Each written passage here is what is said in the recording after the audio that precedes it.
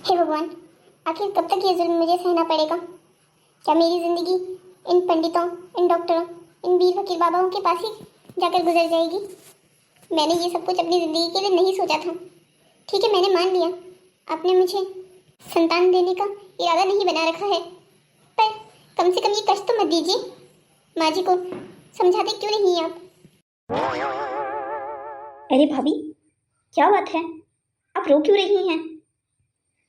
बताइए ना, क्या हुआ है आपको? भैया से कोई लड़ाई झगड़ा हुआ है क्या?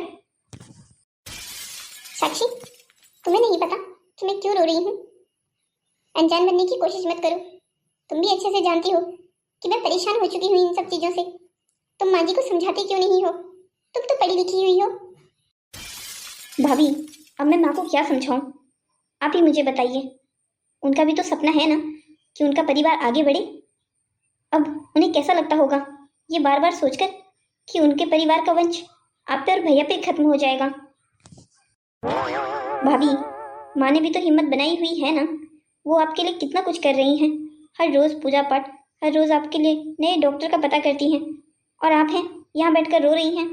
वो तो आपके लिए और भैया के लिए इतना सब कुछ कर रही हैं, और आप ऐसे ही रोकर उनकी मेहनत पर पानी फेरना चाहती हैं।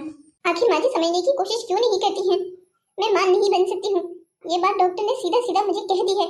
अब इससे ज्यादा और क्या कहेंगे वो लोग भी? अब माँ जी का पूजा पाठ डॉक्टरों की ज्यादा। भाभी, मैं समझती हूँ, पर अगर माँ को इन चीज़ों से खुशी मिल रही है, उन्हें संतुष्ट मिल रहा है, तो फिर आपका क्या जाता है? आप भी आराम से उनकी बात मान लीजिए ना। कम से कम उन्हें ये सब कुछ करके संतुष्टि तो मिल रही है ना। आप तो बस बेकार में ही इतनी छोटी सी बात का इतना बड़ा बवंडर बना रही हैं। इस घर में कोई मेरे दिल की नहीं समझता है। मुझ पर क्या बीतती है उन लोगों के सामने जाते हुए, ये मैं कैसे किसी को बताऊं? सुमित्रा, ये पंडित जी के बारे में तूने मुझे बताया है, ये काम तो कर देंगे ना? उषा, तू अब अपनी बहू के बारे में चिंता करना बिल्कुल छोड़ दे। तुझे नहीं मालूम, जिन पंडित जी से मैं तुझे मिलवाने वाली हूँ ना, इन्होंने बड़ी बड़ी बीमारियों को ठीक कर दिया है। जिनके लिए डॉक्टरों ने भी हाथ खड़े कर दिए थे ना, उन लोगों तक को ठीक किया है इन पंडित जी ने। तो फिर ये तेरी बहू की छोटी सी माँ बनने वाली इलाज नहीं कर पाएंगे ये? तू अब निश्चिंत हो जा। देखना, कुछ ही महीनों में ना तेरे घर में खुशखबरी आ जाएगी। भगवान करे सुमित्रा, जैसा तू कह रही है वैसा हो जाए बस। अगर ऐसा हो गया ना और मेरे घर में नन्हे मुन्ने बालकों की किलकारी उठ गई, तो तेरा घर सोने चांदी से भर दूंगी मैं। अरे ये सब कुछ करने की जरूरत नहीं है तुझे मेरे लिए। मैं तो तेरी एक अच्छी दोस्त हूँ। अब तेरे दुख में अगर मैं तेरा साथ नहीं दूंगी तो और कौन देगा?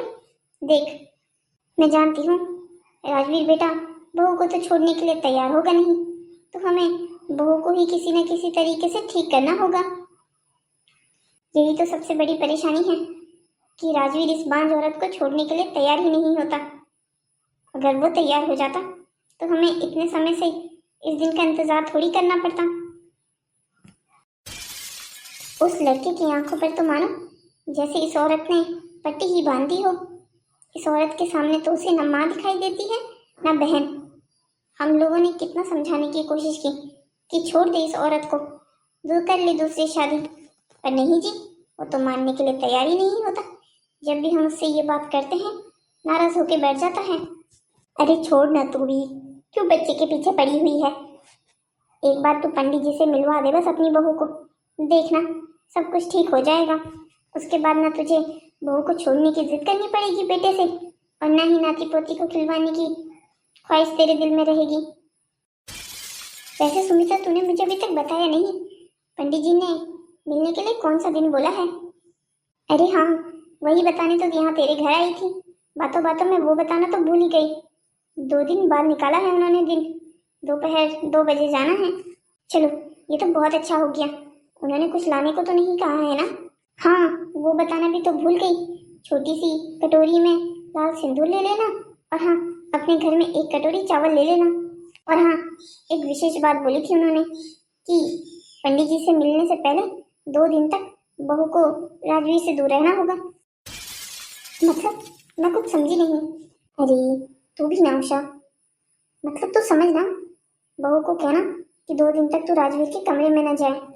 अगर मैंने ऐसा कहा तो वो राजवीर को कहीं सब कुछ सच सच तो नहीं बता देगी कि हम उसे ऐसे पंडित जी के पास लेके जा रहे हैं। तुझे पता नहीं है मेरे बेटे के बारे में, अगर उसे भनक भी लग गई ना इस बारे में तो फिर उसने पूरा घर अपने सर पर उठा लेना है। ये तो फिर बहुत बड़ी परेशानी हो जाएगी। देख, पंडित जी ने जो कहा वो मैंने तुझे बता दिया, इसके बाद क्या और कैसे करना है तू जाने। अच्छा ठीक है, मैं अपनी बेटी से बात करती हूँ इस बारे में, वो मुझे पक्का कोई ना कोई आइडिया दे देगी। हाँ ठीक है, तो एक बार साक्षी से बात कर ले इस बारे में, वो तुझे कुछ ना कुछ आइडिया दे ही देगी। अच्छा ठीक है, मैं चलती हूँ, मैं तेरे साथ पंडित जी के यहाँ ज़रूर आऊँगी। ठीक है, फिर 2 दिन बाद मिलते हैं।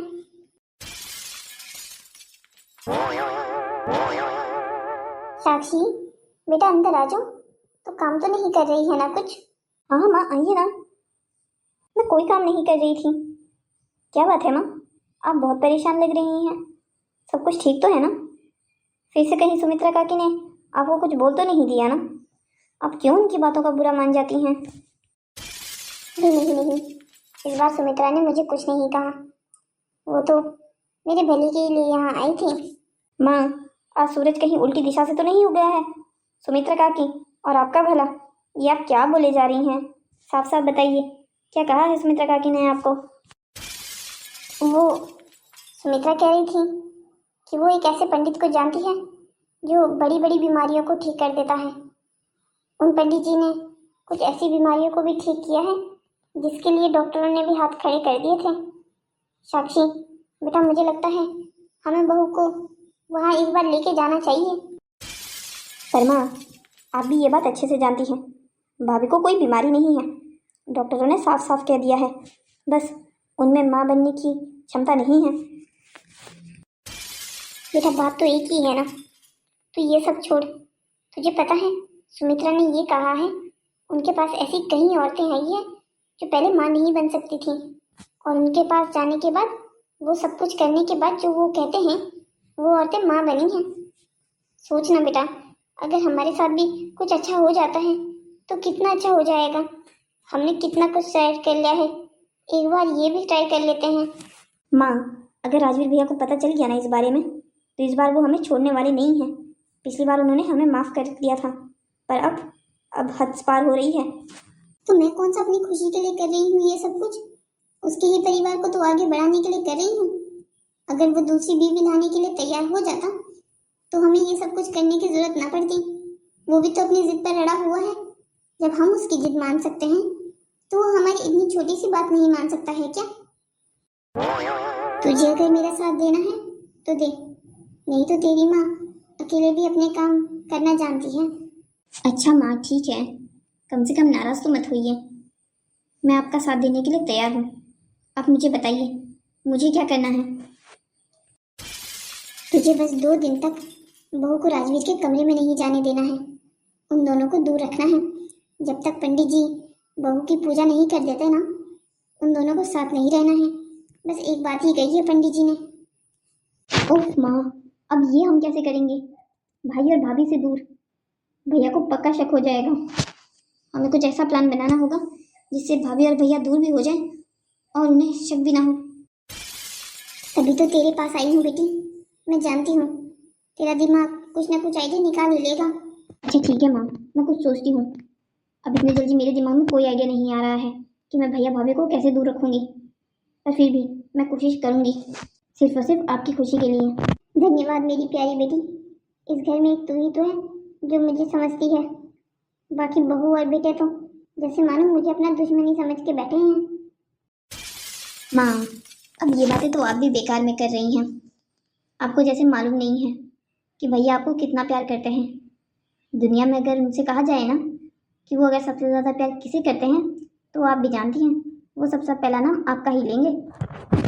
नाम भले ही वो मेरा ले ले, पर दिल में तो उसके वही लड़की बसती है। उफ माँ, अब क्या आप भाभी से भी चिढ़ने लग गई हैं? आप भी ना, आप भैया से इतना प्यार क्यों करती हैं? आप उन्हें किसी के साथ बांट ही नहीं सकती, यहाँ तक कि उनकी बीवी के साथ भी नहीं। आपका कुछ नहीं हो सकता। हे भगवान, अब मैं भाभी को भैया से दूर कैसे रखूंगी? सरोज, क्या बात है? ऐसे भी कैसे ख्यालों में खोई हुई हो? मेरे आने का भी पता नहीं चला तुम्हें। अरे आप कब आए? मुझे तो सच्ची में मालूम नहीं चला। कैसा रहा आपका दिन? मेरा दिन तो हर रोज़ की तरह नॉर्मल रहा ऑफिस में। पर ये तुम्हें क्या हुआ है? तुम कौन से ख्यालों में खोई हुई हो? ना मेरे आने का पता चला, और ये चेहरे पर उदासी कैसी छाई हुई है? क्या बात है? घर में कुछ हुआ है क्या? नहीं, ऐसी कोई बात नहीं है। आपको गलतफहमी हो रही है। सरोज, तुम जानती हो ना तुम मुझसे झूठ नहीं बोल पाती हो, तो कोशिश क्यों करती हो? सच बताओ, माँ ने फिर से तो कुछ नहीं कर दिया है ना? देखो, अगर कुछ ऐसा है जो मुझे पता होना चाहिए तो तुम्हें मुझे बताना चाहिए। मैं तुम्हारा पति हूँ, तुम्हें मुझसे झूठ बोलना नहीं चाहिए। अच्छी बात नहीं होती अपने पति से झूठ बोलना। नहीं, मैं आपसे कोई बात छुपा रही हूँ और ना ही मैं आपसे झूठ कह रही हूँ। ऐसा कुछ नहीं है जो मुझे आपको बताना चाहिए। सब कुछ ठीक है। आप जाइए, मुँह हाथ धो लीजिए। मैं तब तक खाना लगाती हूँ। आपको भूख लगी होगी ना? सरोज, तुम भले ही मुझे कुछ ना बताओ, पर मैं तुम्हारा चेहरा देखकर बता सकता हूँ। घर में पक्का कुछ ऐसा हुआ है जिस बात का तुम्हें दुख है। कोई बात नहीं, तुम नहीं बता रही हो ना मुझे मालूम चल ही जाएगा। अरे, क्या बात हो गई भाई? आज मेरी चपड़ चपड़ बोलने वाली बहन बिल्कुल शांत बैठी हुई है। क्या हुआ है साक्षी? तबीयत तो ठीक है ना बेटा तेरी? हाँ भाई, मेरी तबीयत ठीक है। बस थोड़ा सा पेट में दर्द हो रहा है सुबह से आज। अरे, अगर पेट में दर्द हो रहा था तो पहले बताना चाहिए था ना। चल, मैं तुझे डॉक्टर के पास लेके चलता हूँ। चेकअप करवा लेते हैं, पता चल जाएगा क्यों दर्द हो रहा है पेट में। ऐसे अपने स्वास्थ्य के साथ लापरवाही करना बिल्कुल ठीक नहीं है। चल उठ खड़ी हो, मैं तुझे अभी डॉक्टर के पास लेके जाता हूँ। अरे नहीं भैया, इतनी भी कोई बड़ी बात नहीं है। ये सब कुछ नॉर्मल है, आप छोड़िए इसे। और आप अभी ऑफिस से आए हैं, थक गए होंगे। आप बताइए, आपका दिन कैसा रहा ऑफिस में? तो सचमुच ठीक है ना? देख, अगर ज़्यादा दर्द हो तो मुझे बताना ज़रूर। हाँ भैया, मैं बता दूंगी। आप इतनी भी चिंता मत कीजिए। बस वो मैं चाह रही थी कि आज रात को भाभी मेरे साथ रुक जाती तो ठीक रहता। वो क्या है ना, रात को अगर ज़्यादा दिक्कत होगी तो मैं भाभी को उठा लूँगी। हाँ हाँ, बिल्कुल कोई बात नहीं, तेरी भाभी आज तेरे साथ सो जाएगी। अच्छा तो ठीक है भैया, आप भाभी को कह दीजिएगा कि रात को सोने के लिए मेरे कमरे में आ जाए। मैं अभी आराम कर लेती हूँ।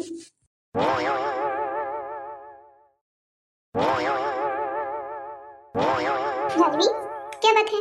सब कुछ ठीक तो है ना? आप कुछ परेशान से लग रहे हैं मुझे। मैं तो ठीक हूँ, पर तुम मुझे बताओ, घर में सब कुछ ठीक तो है ना? माँ फिर से कुछ तो शुरू नहीं करने वाली है ना? आप ये क्या कह रहे हैं? मैं कुछ समझ नहीं पाई। सरोज, तुम जानती हो ना, तुम्हें मेरे सामने यूँ ठीक रहने के नाटक करने की ज़रूरत नहीं है। मैं जानता हूँ माँ तुम्हें हर रोज़ परेशान करती रहती हैं, कभी कुछ करने के लिए कहती हैं तो कभी कुछ। हमारी संतान नहीं हो रही है इसलिए वो तुम पर प्रेशर बनाती रहती है ना, मुझे वो बिल्कुल पसंद नहीं है। तुम ये बात जानती हो ना कि मैं हमेशा तुम्हारे साथ हूँ। मुझे फ़र्क नहीं पड़ता कि अगर हमारी कोई औलाद होती भी है या नहीं। दुनिया में कितने अनाथ बच्चे हैं, हम उनमें से एक कोई गोद ले लेंगे। तुम्हें पता है राजवी, मैं तुमसे इतना प्यार क्यों करती हूँ? अरे, अब ये बात अचानक से कहाँ से आ गई? छोड़ो ना, तुम मुझे बताओ कि तुम्हें पता है कि मैं तुमसे इतना प्यार क्यों करती हूँ? अब इस बात का मैं क्या जवाब दूँ? तुम मुझे बताओ कि तुम मुझसे प्यार क्यों करती हो? आप जो ये हर बार अपनी खुशी से ज्यादा मेरी खुशी के बारे में सोचते हो ना, ये मुझे बहुत पसंद है। मुझे बहुत अच्छा लगता है जब आप मुझे अपने आप से भी ज्यादा अहमियत देते हो, अपने घर वालों से भी ज्यादा अहमियत देते हो। अरे, ये भला कैसी बात हुई? अगर मैं तुम्हें अहमियत नहीं दूंगा तो और किसे दूंगा? वैसे भी तुम्हें शादी करके इस घर में मैं लेके आया हूँ, तुम मेरी जिम्मेदारी हो। तुम्हारे साथ अगर कुछ भी बुरा होता है तो मुझे उसे रोकने का पूरा हक होना चाहिए। मैं जानती हूँ आप जो भी कुछ कह रहे हैं वो बिल्कुल ठीक है, पर दुनिया का हर पति आपके जैसा तो नहीं होता ना। अगर दुनिया के हर पति की सोच आपके जैसी होती तो ये दुनिया में वाद विवाद होते ही नहीं। हर पति पत्नी इतने ही खुश होते जितने हम हैं। क्या तुम्हें सच में ऐसा लगता है? हाँ बिल्कुल, ऐसा लगता है मुझे इसमें ना लगने जैसी कोई बात ही नहीं है। आप एक पूरी दुनिया के लिए आइडल पति हो। आपको पता है, अगर यही मैं किसी और घर में होती, किसी और की बीवी बनकर, और तब जब यहाँ पर मुझ में ये कमी सामने आती कि मेरी औलाद नहीं हो रही है, तो अभी तक मैं अपने मायके में बैठी हुई होती। पर आपने ऐसा नहीं किया।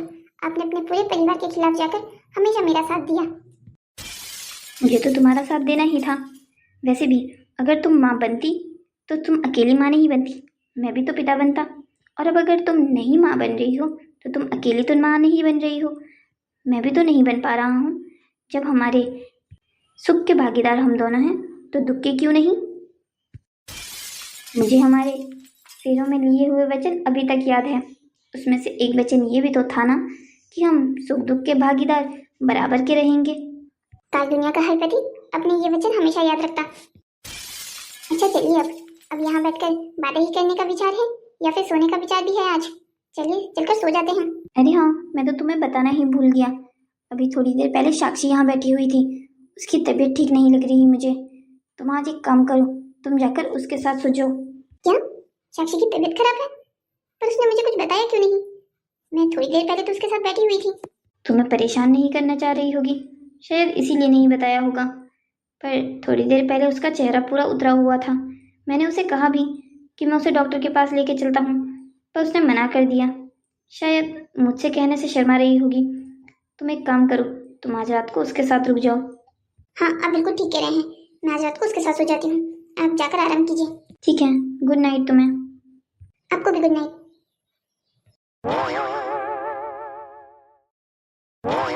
ये साक्षी की तबीयत अचानक से खराब क्यों हो गई? मुझे चलकर देखना चाहिए।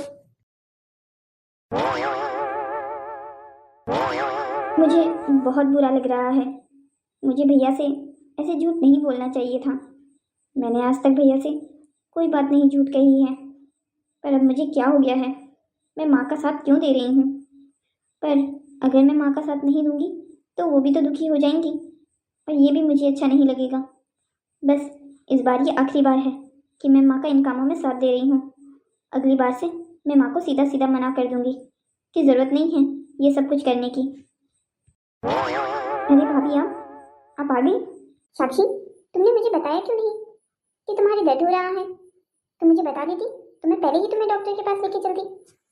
अरे नहीं भाभी, ऐसी भी कोई बात नहीं है। तो तुम्हारे भैया तो कह रहे थे कि तुम्हारी दर्द हो रहा है और तुम कह रही हो ऐसी बात नहीं है। क्या बात है? कुछ छुपा रही हो तुम मुझसे? भाभी देखिए, मैं आपको एक ही शर्त पर बताऊंगी बात, अगर आप मुझसे वादा करेंगी कि आप भैया को कुछ नहीं बताएंगी। अब ऐसी भी क्या बात हो गई भला कि जो मुझे तुम्हारे भैया से छुपानी है? लगता है मामला कहीं कुछ और तो नहीं है। भाभी, आपको अपने दिमाग के घोड़े दौड़ाने की जरूरत नहीं है। जैसा आप कुछ सोच रही हैं वैसा कुछ नहीं है। बात इस बार भी आपसे जुड़ी हुई है। मुझसे जुड़ी हुई? मुझसे जुड़ी हुई क्या बात है? बताओ।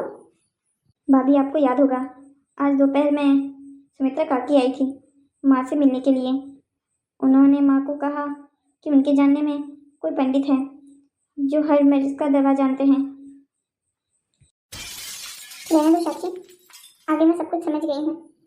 माँ जी ने सुमित्रा काकी की बात मान ली होगी और अब माँ जी मुझे कभी भी उन पंडित के पास लेके जा सकती है।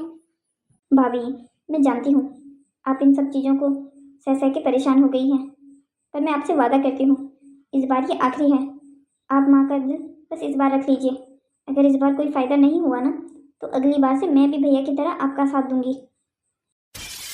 तुम तो माँ जी के ब्लैकमेल करने पर हमेशा उनके साथ खड़ी हो जाती हो। क्या मेरे साथ रहकर अगली बारी से माँ जी का विरोध कर पाओगी? भाभी, मैं आपसे वादा कर रही हूँ, आप बस इस बार माँ की बात मान जाइए। अगर इस बार कोई फ़ायदा नहीं हुआ ना तो मैं आपसे पक्का वादा कर रही हूँ कि मैं माँ की बात कभी नहीं मानूंगी और कभी आपको किसी पंडित, फकीर बाबा या कहीं भी नहीं लेके जाऊंगी। अच्छा ठीक है, मैं मान लेती हूँ ये बात। पर ये तुम्हारे साथ सोने का क्या प्लान बनाया है, इसके बारे में कुछ बताओ। वो भाभी, वो पंडित की वजह से है ये भी। उसने कहा था कि उनसे मिलने से पहले आपको एक रात दूर अपने पति से रहना होगा। अब ये कैसी बात हो गई? इसमें अपने पति से दूर रहने वाली कौन सी बात है? चलो जो भी है, अब माता जी ने जब पंडित से मिलने का समय तय कर ही लिया है तो ये बात भी मान लेते हैं। आप बहुत अच्छी हैं भाभी। बस आज के दिन सहन कर लीजिए, कल से कभी आपको फिर से दोबारा परेशान नहीं करूँगी। ठीक है, अब सो जाएं। हाँ भाभी, सो जाते हैं।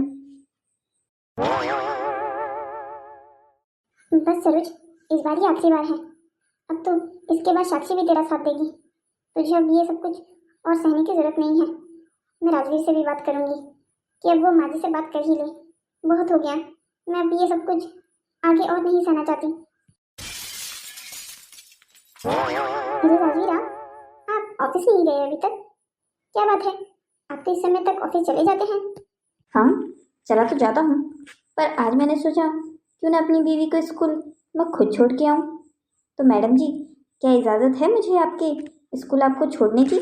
मैं अब राजवीर जी को कैसे बताऊँ कि मैं आज स्कूल नहीं जा सकती हूँ। आज माँ जी, मैंने और साक्षी ने पंडित जी से मिलने का प्लान बनाया है। राजवीर जी को ये बात पता चली तो वो बहुत गुस्सा हो जाएंगे। पर अब मैं बहाना भी क्या बनाऊँ? क्या बात है मैडम जी, किस सोच में पड़ गई हैं आप? क्या आपको आपका आज का ड्राइवर पसंद नहीं आया क्या? राजवीर, ऐसी बात नहीं है। तो फिर क्या बात है सरोज, तुम मुझे परेशान क्यों लग रही हो? सब कुछ ठीक तो है ना? तुम्हारी तबीयत तो ठीक है ना? हाँ राजवीर, मेरी तबीयत बिल्कुल ठीक है। वो क्या है ना, आज मैंने स्कूल से एक दिन की छुट्टी ली है, तो बस आज मैं स्कूल ही नहीं जा रही हूँ।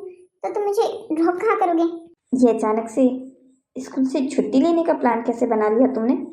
तुम तो बीमार होती हो तब भी स्कूल स्किप नहीं करती, तो आज क्या हो गया? कुछ स्पेशल काम है क्या तुम्हें?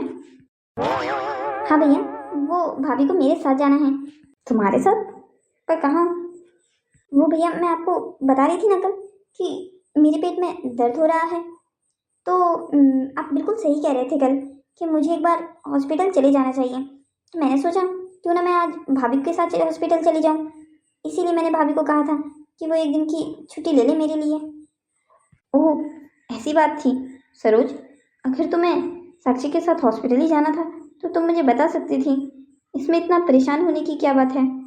तुम भी ना डरा देती हो कभी कभी मुझे। हाँ हाँ राजवीर, वो मुझे साक्षी के साथ हॉस्पिटल जाना था, मतलब उसको लेके जाना था। तुम ऑफिस जाओ, मैं शाम को मिलती हूँ तुम्हें। क्या हो गया है तुम्हें? तुम्हारी भी तबीयत खराब लग रही है मुझे। एक काम करना, साक्षी को हॉस्पिटल में चेकअप करवाने के लिए लेके जा ही रही हो ना, खुद का भी चेकअप करवा लेना। अच्छा ठीक है, मैं निकलता हूँ। भाभी ये क्या है? आप तो भैया से झूठ भी नहीं बोल पाती हैं। अभी आप पकड़े जाते और हमारी सारी पोल खुल जाती, फिर घर में जो नया ड्रामा होता वो अलग। मैं क्या करूँ, मैं राजवीर से झूठ नहीं बोल पाती हूँ। और वैसे भी जब भी मैं उनसे झूठ बोलने की कोशिश करती हूँ वो मुझे पकड़ लेते हैं। इसलिए मैंने सोचा था मैं कुछ बोलूंगी ही नहीं। जैसे मैं उनके सामने झूठ बोलने के लिए मुंह खोलती हूँ ना, वो पहली बारी में ही उन्हें सब कुछ पता चल जाता है। ये बात तो आपने बिल्कुल ठीक कही। भैया बहुत तेज हैं इन मामलों में, वो झूठ को बहुत आसानी से पकड़ लेते हैं। मैं तो बचपन से बोलती आ रही हूँ ना, इसीलिए अब मैं ट्रेन हो गई हूँ। मुझे नहीं पकड़ पाते हैं भैया। चलिए ये सब छोड़िए, माँ हमारा इंतज़ार कर रही है। क्या अभी ही जाना होगा? हाँ भाभी, अभी ही जाना होगा। हमें शाम होने से पहले घर वापस भी आना है। भैया को कुछ मालूम नहीं होना चाहिए इस बारे में, आप जानती हैं ना। आप परेशान मत होइए, इस बार मैं भी आपके साथ हूँ। अगर मुझे कुछ गलत लगा तो मैं रोक दूंगी वहीं पर सब कुछ। अच्छा ठीक है, चलो।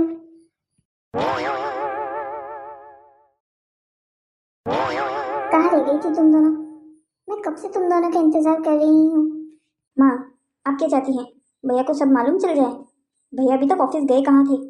आप कमरे से बाहर निकलेंगी तब तो आपको बाहर का पता चलेगा। हम भैया के जाने का वेट कर रहे थे। आप जानती हैं ना, भैया को अगर आपके इन कामों के बारे में भनक भी लग गई तो इस बार वो ऐसे नाराज होंगे ना, मानने वाली भी नहीं है फिर आपसे। ठीक है ठीक है, सब जानती हूँ मैं। ज्यादा डराने धमकाने की जरूरत नहीं है अपनी माँ को।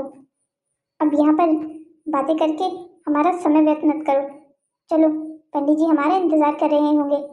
बहू, तो सुबह नहा तो ली है ना? हाँ माँ जी, मैं नहा भी ली हूँ और मैंने पूजा भी कर दी है।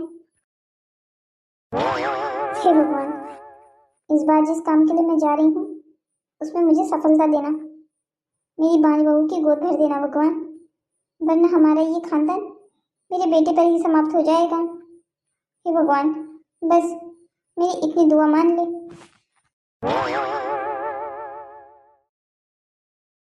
तो आ गए आप लोग। मैं आप लोगों का ही इंतज़ार कर रहा था। पंडित जी प्रणाम। आपने हमें बिना देखे कैसे बता दिया कि हम लोग आ गए हैं? संसार में जो भी कुछ घटित हो रहा है वो पहले से ही तय है। आप लोगों का यहाँ मेरे पास यूँ आना ये भी कहीं पहले से ही लिखा चुका है। अब आप लोग इन सब बातों में हमारा समय व्यर्थ मत कीजिए और जिस कन्या को परेशानी है वो आगे हो जाइए। बहू आजा बेटा, आगे आ जाए यहाँ पर माँ जी इनसे पूछिए तो सही कि करना क्या चाह रहे हैं। अगर आपकी बहू को हमारे ऊपर विश्वास ही नहीं है तो आप इन्हें यहाँ लेकर ही क्यों आए हैं? अरे नहीं नहीं पंडित जी, ऐसी कोई बात नहीं है। वो क्या है ना, वो बस थोड़ा डर रही है। क्या आपकी बहू अस्पताल जाते हुए डॉक्टर से मुलाकात से डरती है क्या? नहीं पंडित जी, ऐसी बात नहीं है। तो फिर अगर बहू को अपनी बीमारी का इलाज करवाना है तो फिर हमसे डरने की ज़रूरत नहीं है। वो आगे आ जाए। जी पंडित जी, बोलिए हमें क्या करना होगा? अरे नहीं, ये हमने क्या देख लिया। क्या हुआ पंडित जी, आप बहू को देखकर इतने विचलित क्यों हो गए? सब कुछ ठीक तो है ना? बताइए ना पंडित जी। आपकी बहू के ऊपर काली आत्माओं का साया है जो उसे माँ बनने के सुख से वंचित रख रहा है। अगर आपकी बहू को माँ बनना है तो फिर ये काली आत्माओं का साया उनसे दूर हटाना होगा। पंडित जी आपको जो करना है आप वो कीजिए, बस मेरी बहू को ठीक कर दीजिए, वो माँ बन जाए, बस इससे अलावा मैं और कुछ नहीं चाहती। इसके लिए मुझे यहाँ एकांत चाहिए। आप लोगों को इस कमरे से बाहर जाना होगा। हाँ पंडित जी, हम बाहर चले जाते हैं। नहीं माँ जी प्लीज आप मुझे यहाँ अकेला मत छोड़िए, मैं यहाँ अकेले नहीं रह सकती। साक्षी तुम मेरे साथ रुक जाओ। हाँ भाभी, आप चिंता मत कीजिए, मैं यहाँ आपके साथ रुक जाती हूँ। ये संभव नहीं है। अगर आपकी बहू को अपना इलाज करवाना है तो हमें एकांत की आवश्यकता है। आपकी बेटी यहाँ नहीं रुक सकती है। बहू देख, हमारे परिवार के भविष्य का सवाल है। बस तुझे यहाँ पंडित जी के साथ पूजा ही तो करनी है। थोड़ी ही देर की बात है, हम बाहर ही बैठे हुए हैं। तुझे चिंता करने की कोई जरूरत नहीं है, तू यहाँ पर सुरक्षित है। 2 लोग तेरे साथ आए हैं, तुझे डर किस बात का लग रहा है? तू डर मत, बस तू ये सोच कि आज की इस पूजा के बाद तू मांझ बन जाएगी। तुझ पर जो ये बांझ का दबा लगा है ना, ये हमेशा के लिए हट जाएगा। तुझे परेशानियों से हमेशा के लिए निपटारा मिल जाएगा। बेटा देख, बस आज ये कर ले, उसके बाद मैं तुझे ये सब कुछ करने के लिए कभी नहीं कहूँगी। अच्छा अच्छा ठीक है माँ जी। चल साक्षी, हम बाहर इंतजार करते हैं। भाभी आप डरिए मत, हम बाहर ही हैं। जी पंडित जी बोलिए, हमें क्या करना होगा? सबसे पहले आपको अपनी ये साड़ी का पल्लू हटाना होगा। आपका दिमाग तो खराब नहीं है पंडित जी? होश में भी है क्या? अभी क्या कह रहे हैं? अरे लगता है तुमने मेरी बात का गलत मतलब निकाल लिया है। मुझे बस तुम्हारा पेट चेक करना है। डॉक्टर के पास जाती हो तो क्या ऐसे ही साड़ी पहनकर अपना इलाज करवाती हो क्या? मुझे बेवकूफ़ बनाने की कोशिश मत कीजिए। मैं जानती हूँ तुम जैसे पंडितों की असलियत क्या होती है। अगर जानती ही हो तो ये भी जानती होगी कि तुम्हारी सास तुम्हें यहाँ क्यों लेकर आई है। घटिया इंसान, दूर हो जाओ मुझसे। मेरे पास आने की हिम्मत कैसे की तुम्हें? अरे अब इतना ड्रामा करने की भी क्या जरूरत है? दूर हो जाओ घटिया इंसान मेरी बीवी से। तुम कौन हो और तुम यहाँ अंदर कैसे आए? बिना इजाजत के अंदर आना? अपनी मौत को बुलावा देना चाहते हो क्या? मौत तो अब तुम्हारी आएगी। निकल जाओ यहाँ से, इससे पहले कि मैं यहाँ पुलिस को बुला लूँ। तुम यहाँ क्या कर रही हो? जानती भी हो अगर मैं आज सही समय पर नहीं आता तो क्या कुछ हो सकता था यहाँ पर। मुझे माफ कर दीजिए राजवीर, मुझसे बहुत बड़ी गलती हो गई। तुम इन चीज़ों में कब से विश्वास करने लग गई? अगर मुझे सुबह तुम्हारी वो बातें अजीब नहीं लगती तो मुझे तो कभी पता ही नहीं चलता कि तुम मेरे पीठ पीछे क्या कर रही हो। आज तक सिर्फ माँ ये सब कुछ करती थी, अब तुम भी ये सब कुछ करने लग गई। दिमाग खराब तो नहीं हो गया है ना तुम्हारा? राजवीर बेटा बेटा तुम यहाँ? ओह, तो पूरा परिवार यहाँ है। तभी मैं सोचूं सरोज की अकेले ये सब कुछ करने की हिम्मत तो नहीं हो सकती। माँ, मैंने आपको कितनी बार समझाया है कि आप ये सारे काम छोड़ दीजिए। मुझे फ़र्क नहीं पड़ता कि मेरी औलाद है या नहीं। दुनिया में अनाथ बच्चों की कमी है क्या? हम उनमें से एक गोद ले लेंगे, एक परिवार का भला हो जाएगा और हमें भी एक संतान मिल जाएगी। बेटा तो ये क्या कह रहा है? अपना खून अपना होता है। और पंडित जी कहाँ चले गए? तूने पूजा में विघ्न डाल ही दी ना, तो मुझे मेरी मर्जी से कोई काम करने क्यों नहीं देता? अगर मैंने आपको आपकी मर्जी करने दी होती ना आज, तो आज आपकी बहू की इज्जत टूट चुकी होती और मैं कहीं मुंह दिखाने लायक नहीं बचता। भैया ये क्या कह रहे हैं? मैं बिल्कुल सही कह रहा हूँ। वो पंडित कोई तुम्हें अच्छा इंसान लग रहा था? तुम्हें पता भी है वो तुम्हारी भाभी के साथ।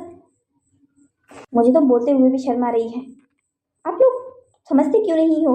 ये सब लोग ढोंगी होते हैं, बस पैसे लूटना चाहते हैं और लड़कियों का गलत इस्तेमाल करना जानते हैं। बेटा तो ये क्या कह रहा है? मुझे उस पंडित के बारे में सुमित्रा ने बताया था।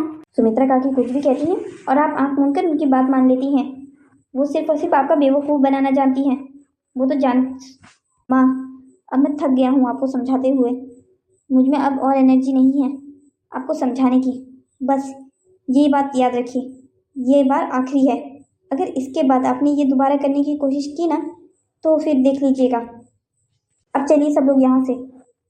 बहू, बेटा मुझे माफ़ कर दे। मुझे नहीं पता था कि वो पंडित ऐसा निकलेगा। मुझे तो सुमित्रा ने कहा था वो पंडित हर मर्ज की दवा जानता है। मैं तो बस यही चाहती थी कि किसी भी तरीके से मेरी संतान हो जाए और मुझे मेरा पोता मिल जाए। बेटा मुझे माफ़ कर दे। अगर मुझे 1% भी उस पंडित पर शक होता तो मैं तुझे यहाँ कभी नहीं लेके आती। माँ जी, आपको माफ़ी मांगने की ज़रूरत नहीं है। आपको थोड़ी पता था कि उस पंडित के मन में क्या चल रहा है। भाभी मुझे भी माफ़ कर दीजिए। आपने मुझे कल सुबह भी कहा था कि आप इन सब चीज़ों से परेशान हो चुकी हैं, पर फिर भी मैंने आपको ज़बरदस्ती मनाया ताकि आप यहाँ आ सको। कोई बात नहीं, अब जो हो गया उस पर अपने आप को दुखी करने का कोई मतलब नहीं बैठा। पर माँ जी, मैं आपसे इतना कहना चाहती हूँ कि अब बस बहुत हो गया। अब इन सब चीज़ों से हमें आगे बढ़ जाना चाहिए।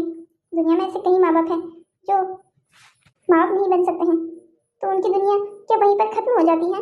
क्या वो आगे अपनी ज़िंदगी नहीं जीते? तुम बिल्कुल ठीक कह रही हो बहू, और राजवीर भी ठीक कह रहा है। दुनिया में हज़ारों लाखों अनाथ बच्चे हैं, उनमें से अगर हम एक बच्चे का जीवन सुधार सके तो इससे पुण्य की बात क्या होगी? तो क्या आप हमें अडॉप्शन के लिए हाँ कह रही हैं माँ जी? हाँ बिल्कुल बहू, आज की गलती के बाद तो तुम्हें मना करने का कोई मतलब ही नहीं बैठता। आपका बहुत बहुत धन्यवाद माँ जी, बहुत बहुत धन्यवाद।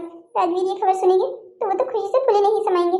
चलिए हम सब मिलकर राजवीर को ये खुशखबरी एक साथ मिलकर देते हैं। हेलो दोस्तों, तो कैसी लगी आपको हमारी ये कहानी? ऐसी ही और मज़ेदार कहानियों को देखने के लिए हमारे चैनल को सब्सक्राइब करें, शेयर करें और हाँ, कमेंट करना मत भूलिएगा। हम आपके प्यारे प्यारे कमेंट सारे ही पढ़ते हैं। अब हमारी मुलाकात होती है आपसे अगली कहानी में। तब तक के लिए बाय बाय दोस्तों।